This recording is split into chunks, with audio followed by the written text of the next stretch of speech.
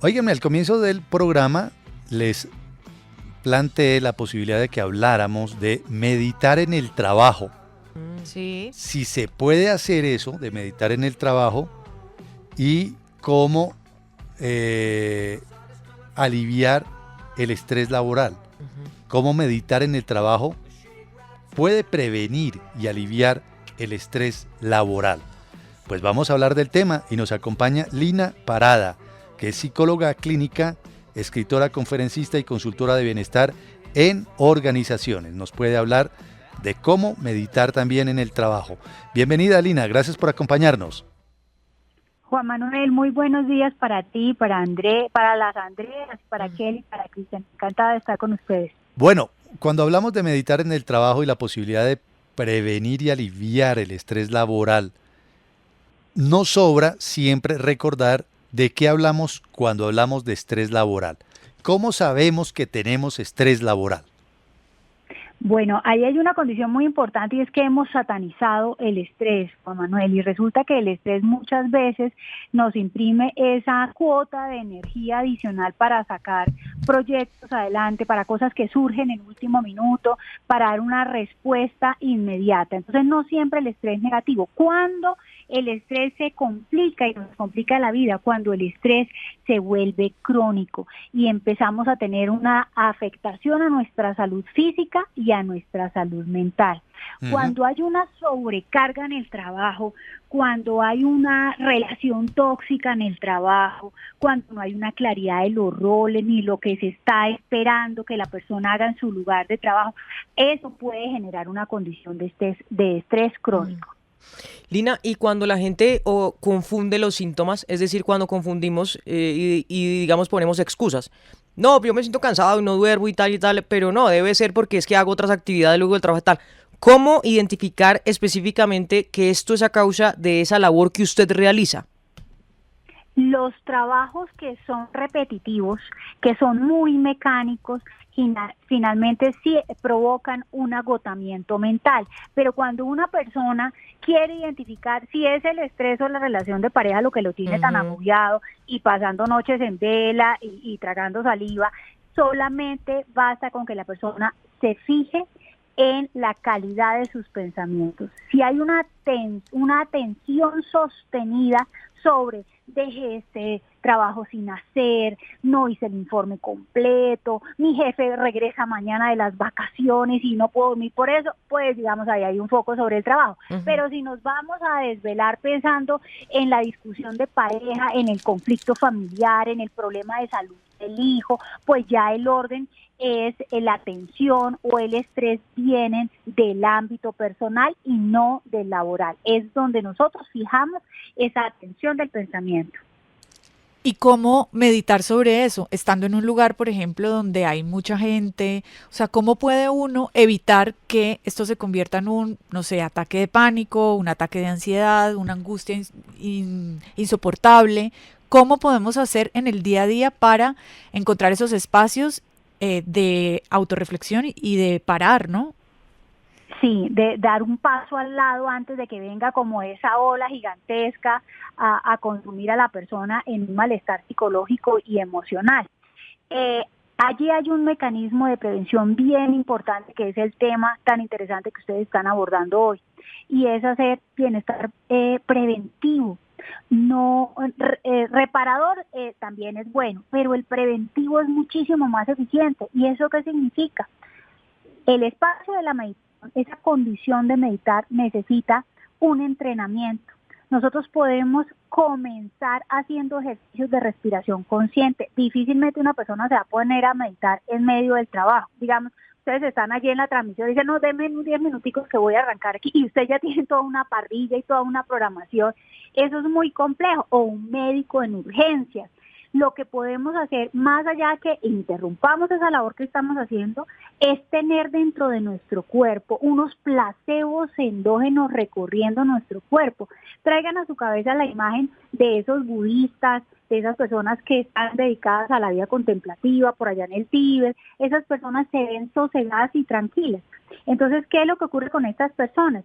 a través del ejercicio de la respiración consciente, está circulando en su cuerpo esos placebos endógenos, serotoninas, dopaminas, endorfinas, que le imprimen a esa persona una condición de sosiego y tranquilidad. Entonces, cuando llega el desafío, esa demanda del contexto, de lo que está afuera, y uno tiene esos placebos endógenos circulando en su cuerpo, el impacto es mucho menor.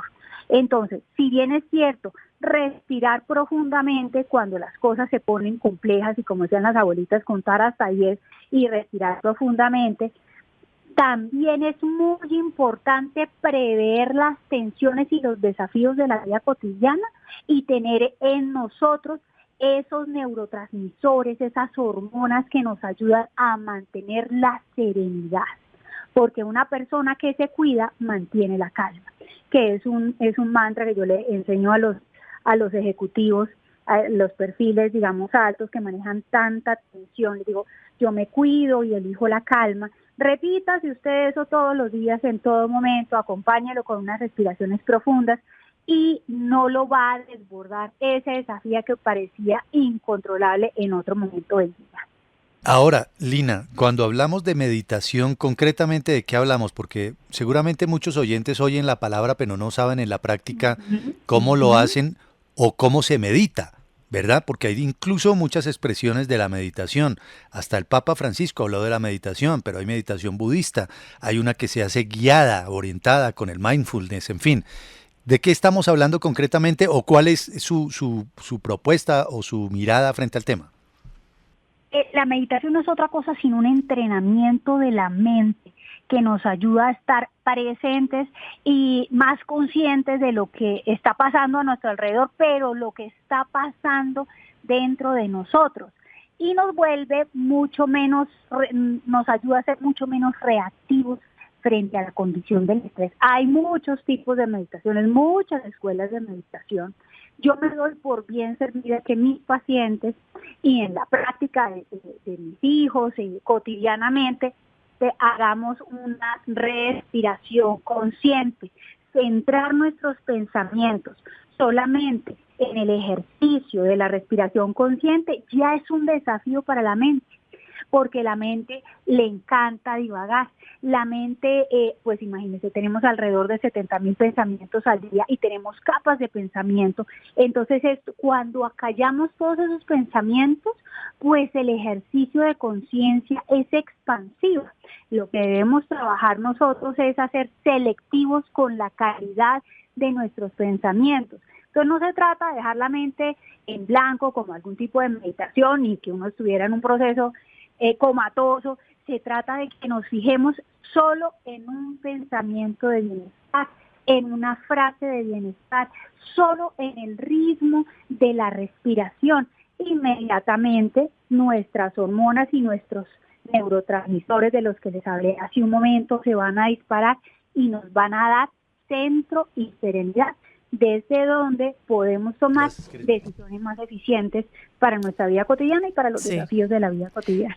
Lina, mire, hemos oído infinitas veces los beneficios que trae la respiración, ser conscientes de la respiración, esto que usted nos está contando, estudios científicos que lo avalan, en fin, pero uno, digamos, empieza ese proceso de ser consciente, de dedicarle unos minutos al día a la respiración, y en qué momento empieza a tener eso un efecto, porque yo creo que mucha gente lo ha intentado durante varios días y no pasa nada.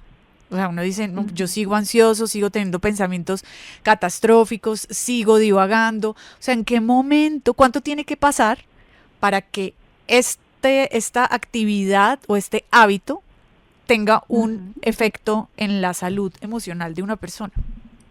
Yo lo he visto en mi práctica clínica, que meditar es como ir al gimnasio.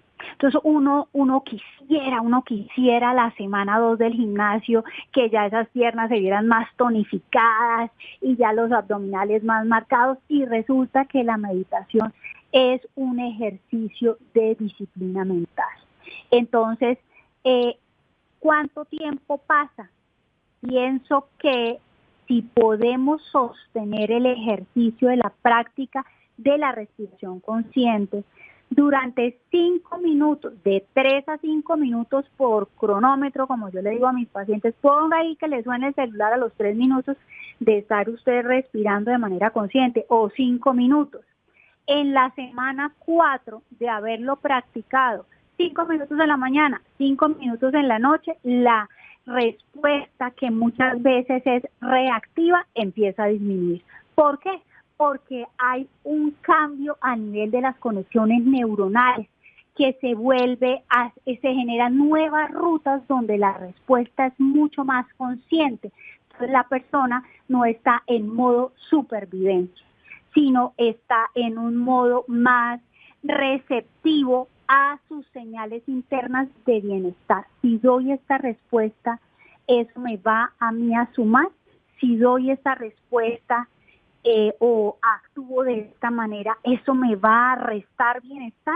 Y esos son beneficios de la práctica de la respiración consciente. Ahora, hay que preparar el cuerpo para la práctica de la meditación. Digamos, si somos muy juiciosos en alguna escuela, primero se hacen unas prácticas de posturas corporales, de movimiento, y luego viene el reposo de la mente. El Papa Francisco, bueno, y digamos muchas escuelas del orden religioso no solamente hablan de la importancia de la meditación, sino que es una manera de conectar con un sentido más trascendente. Entonces, digamos, las respuestas no solamente son muy favorables desde el punto de vista físico, sino desde el punto de vista de la conciencia, incluso desde el punto de vista espiritual. Sin duda, lo es. Pues muy interesante, Lina, hablar de esta posibilidad de meditar en el trabajo para prevenir y aliviar el estrés laboral, y que aquellos que nunca lo hayan hecho, lo intenten, lo hagan, porque de verdad vale la pena. Yo empecé a meditar hace muy poco y he visto que es un ejercicio muy interesante. Estamato llevaba mucho tiempo meditando, ¿no? Nos compartía aquí permanentemente nuestro compañero Javi de los beneficios de la meditación. Pues bienvenida, Lina. Gracias por su tiempo. Es usted muy amable. A ustedes, como siempre, estoy aquí muy contenta de compartir mensajes de bienestar. Recordemos que cuando se medita no se cambia el mundo, pero sí podemos cambiar la manera en que enfrentamos y nos relacionamos con ese mundo. Me pueden encontrar en Instagram como Lina Parada M, allí pueden recibir más mensajes de bienestar. Muchísimas gracias a ustedes.